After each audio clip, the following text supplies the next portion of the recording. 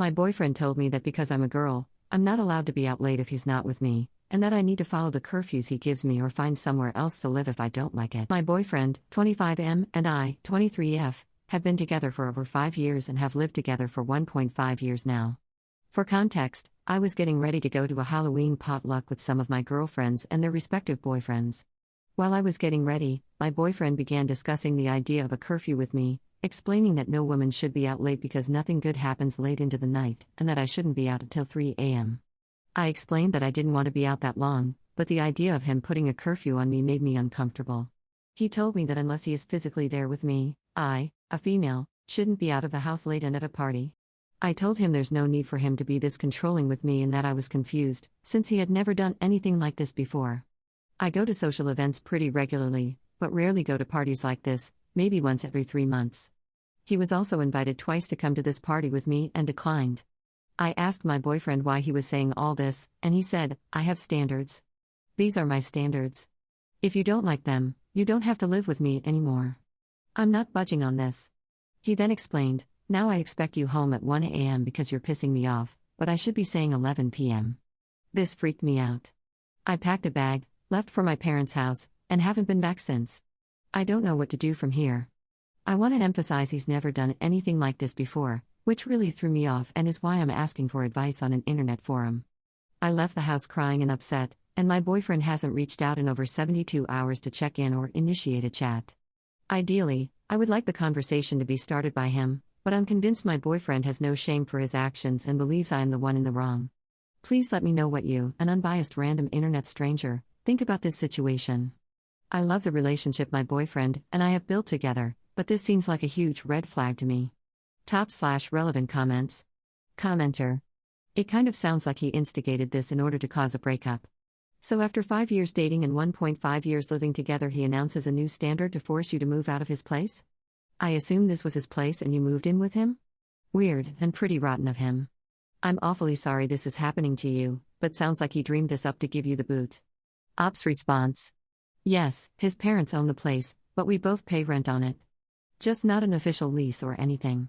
It genuinely didn't feel like he was trying to give me the boot, but more like he wasn't going to relent on this new standard of his, and that our place of living is something in his control, which is what he wanted in this situation. Commenter 2. I think he's got another girlfriend, and he's trying to make you break up with him so she can move in. Who is he hanging out with when he refuses to join you at a party? If he's not cheating, he's trying to break up so he doesn't have to get all those pesky "when are you going to marry her" questions. But do leave this relationship. He's a dude. Ops response. He's definitely not cheating. 100% certainty. He's more introverted, where parties and dressing up aren't his thing. Which is totally fine with me, but it feels like he wants me to be more like that when I'm not. Commenter 3. I'm going to deviate from the pattern here and ask, what sorts of media does he enjoy? Has he recently started listening to new podcasts or watching new creators on YouTube? To me, this sounds an awful lot like a recently radicalized tater tot or passport bro type guy. Ops response. Honestly, I have no idea. I think this is a great question to ask though and could contribute to why his actions are suddenly changing. Op responds to a downvoted comment about the possibility of her boyfriend's anxiety. I totally agree with the anxiety thing. With what you were saying, this is why I would love to have a conversation with him, but I'm feeling like I'm in purgatory waiting for him to reach out. When we were talking during this conversation, I kept reassuring him that I would communicate where I was and when I would be coming home, but that I didn't have a set time for when that would be yet. I also said that sometimes people are out late and that I wouldn't leave because my boyfriend told me it's time I come home, and will be upset if I'm out past the time he said I have to be home. It makes sense to me if he didn't get sleep until he knew I was safe or something and communicated that, but that wasn't the message he was conveying to me here. Downvoted commenter. To be honest, I think that once you move in with someone in a relationship, it should be respected in both ways. I mean, it isn't a big deal. I think y'all should talk and let him know what your standards are too. In a way, he probably doesn't want to be worried and whatnot. Does he go out and come back late? Ops response. I feel like my standards are that I give him nothing but 100% loyalty, so when I want to go out with my girlfriends, he should have 100% trust in what I do. I'm also not gatekeeping any information about the outings from him, like, he knows who I'm with, where I'm going, and I tell him when I'm heading home if he wants this info. I mentioned this to him, and he just kept reiterating that my standards aren't that crazy. You shouldn't be out till, say, 3 a.m.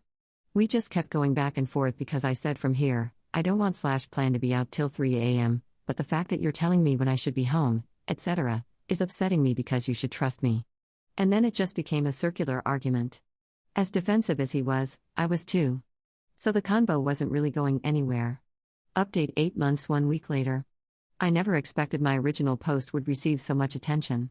All of the events listed below occurred 8 months ago, or on the time of the OG post. I condensed some of the details for the sake of brevity. This update is not easy for me to write, but I am moving out of state next week and want to put this out to finally lay this chapter of my life to rest. The argument from the post occurred on a Saturday late afternoon. I posted to Reddit a few days later after I hadn't heard from 25M. By Wednesday, I placed an order for a small U-Haul truck to move out the following Saturday, the soonest time my family could help, but I still hadn't heard from him. My family thought it best not to tell 25M that I was coming to pick up my belongings until the day of, because we were afraid he would destroy my things. 25M is an extreme minimalist, so all the furniture, decor, tools, etc., came 100% out of my pocket. At that point, I had thousands of dollars worth of belongings in there, and even more invaluable mementos. Anyway, Saturday comes around. Still hadn't heard anything on his end. I texted 25M that morning, telling him my parents were coming to remove my belongings and to please be out of the house while they did so. He texted me back, "No, stop telling me what to do." At this point, he knows they're coming and exactly when. For my safety, I stayed home. When my parents got there, my mother knocked on the door, no answer. Doorbell, no answer. I texted her to go into the garage and see if 25M's vehicle was there. The garage opened, and he had thrown my belongings into the garage. Things were scattered about the garage floor. Whatever. They noted that his vehicle was there, though, so he must be inside. My family started grabbing stuff from the floor and putting it into the truck. 25M came out. My mother said he looked psychotic, almost. He doesn't do drugs and wasn't drinking for health reasons. But he looked off. When he came out, he made it very clear to my mother that he was holding a gun in his sweatpants pocket. He told them to get off his property. My mother asked him if he was all right. Remember, 25M and I had been together for a long time at this point. My family knows him well. This was all such strange behavior from him, and my mother was genuinely concerned. In response, he told my mom, "I'm fine." Why wouldn't I be? My mom asked if she could go inside and get the rest of my belongings. 25M said no. My mother reminded him that I had been without my essentials for a week now: medication, glasses/contacts, work badge, underpants, and asked to step inside for 5 minutes to retrieve those things. He agreed. My mother walked into the house and saw an AR-57 set up in the kitchen, ready to go. She immediately turned around, told everyone outside loading the truck to get in the car, and went home. I spent the next few hours trying to arrange a police escort for the rest of my belongings. In hindsight, we should have done that in the first place. As I was working on that, my mom called the homeowners, aka 25M's parents, who lived 2 to 3 hours away. We told them everything up to this point, and they were distraught. They said they were on their way. We received a call from the parents later that evening stating that 25M was out of the house and being monitored back at their home. We moved everything out afterward. I got a text from 25M that Sunday, where he essentially said that he didn't know I was breaking up with him. That he was waiting for me to reach out to him while he was reflecting on everything that happened, etc. We went back and forth a bit, where I told him that he threatened my family and that I couldn't forgive him. He said he wanted to talk about everything, and I told him I wasn't ready for that.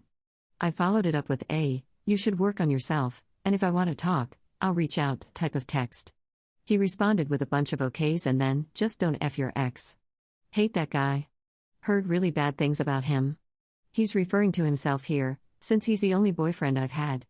It was super strange and off-putting to receive a joking text like that when a few hours earlier he had threatened my family with guns. I ignored him. He also sent an interesting apology to my mother. To me, it seemed like a liability thing that his lawyer mother asked him to send. Highlights included, "I know you felt threatened by what you saw, and there is no excuse for having guns out while people are present at my house. Seeing a gun, concealed or otherwise, in that sort of situation is enough to shock someone, especially those unfamiliar with these weapons, and my parents agree and have asked me to give my guns up until I am more responsible and careful." He texted me again the next day, saying, "I know I've acted nonchalant about things, and it's not a good habit. I can't continue to live in limbo. I hope you will come over and talk to me in person. False hope is not doing me any good. I need to move on with my life. I responded, I do not want to give you false hope, but I'm not in a place of forgiveness. I think it's time that we continue to move on with our separate lives. That's when he responded, listen, come talk to me. I feel awful that I used your own love for me as a lever against you. I hate the person who did that to you, and every day I try to bury that part of me. Lots to digest there. We exchanged a few more texts, and I, naively, agreed to have a conversation in person. I would not have it at the house. It would be during the day. And it would be in public. I now understand that I should never have entertained this idea in the first place. I was emotional and confused at that time. I had been with 25M for years at this point and wanted clarity on what drove him to do this. I told him my availability to talk on a Thursday, and he said he wasn't sure if he was available but would let me know. I didn't hear back from him until Thursday at 8:15 p.m., when he asked, you still coming or no? A location hadn't been discussed. It was dark out. I suggested we meet the following morning. That's when he sent, 8:30 is late for you now? Followed by, I said your curfew was 1 a.m., so you're good, and, just get your ass over here and talk, I am not doing this 9 a.m. BS. Or I will put a scorpion in your bed. I responded, and he texted back, I'm on my way. I'm sorry, you're what? At this point, I was in a new safe place in location A. My mother was in location B, and my father was in location C. I had to call everyone and let them know 25M was going to show up at one of their locations, since he knew where they both lived. He showed up at location C, where my father was. My father told me that he was scared for his safety and home. Luckily, nothing happened. 25M waited outside for a bit after texting me, here, and then left. This whole night rattled me. I stayed up all night, scared he was going to show up at my mom's place next, or mine. I ignored his texts. He started a call. He left an eerily calm, cool, and collected voicemail wondering when we were going to chat, saying that if I wanted to have that conversation, am welcome to the house whenever. I texted him back, threatening a restraining order if he made contact again. A month later, he texted, hey, obviously what happened. I'm sorry I made you feel unsafe. That's not who I am as a person or who I would want to be. I wish you the best in whatever you do. And that is the last I've heard from him. All of this could have played out way worse. I'm relieved for the safety of my family and my own. I'm fortunate enough to have gotten out when I did. And yes, I understand things could have been done differently on my end. I learned a lot about myself through this experience. I chose to text 25M in the non-confrontational way I did for my safety. We live in a small community. I genuinely believe this man is dangerous and could harm my family, my dog, my friends, etc., if I angered him. We're all within a mile or two of each other, and he knows where to find all of them, and me, if he wanted to. /relevant comments. Commenter. 100% confident that if she had gone to his home by herself, she would be dead. Commenter 2. Interesting fact, people with schizophrenia tend to start showing signs of it right around age 25. The sudden 180-degree personality change, one that startled his parents enough to jump into action, is a pretty wild indicator. Unfortunately, we will, hopefully, never know if this was the case for him, or if he had a mental break, or if he swallowed the Tate pill. His last text he sent her sounds like a man who got treatment. But I'm not holding my breath,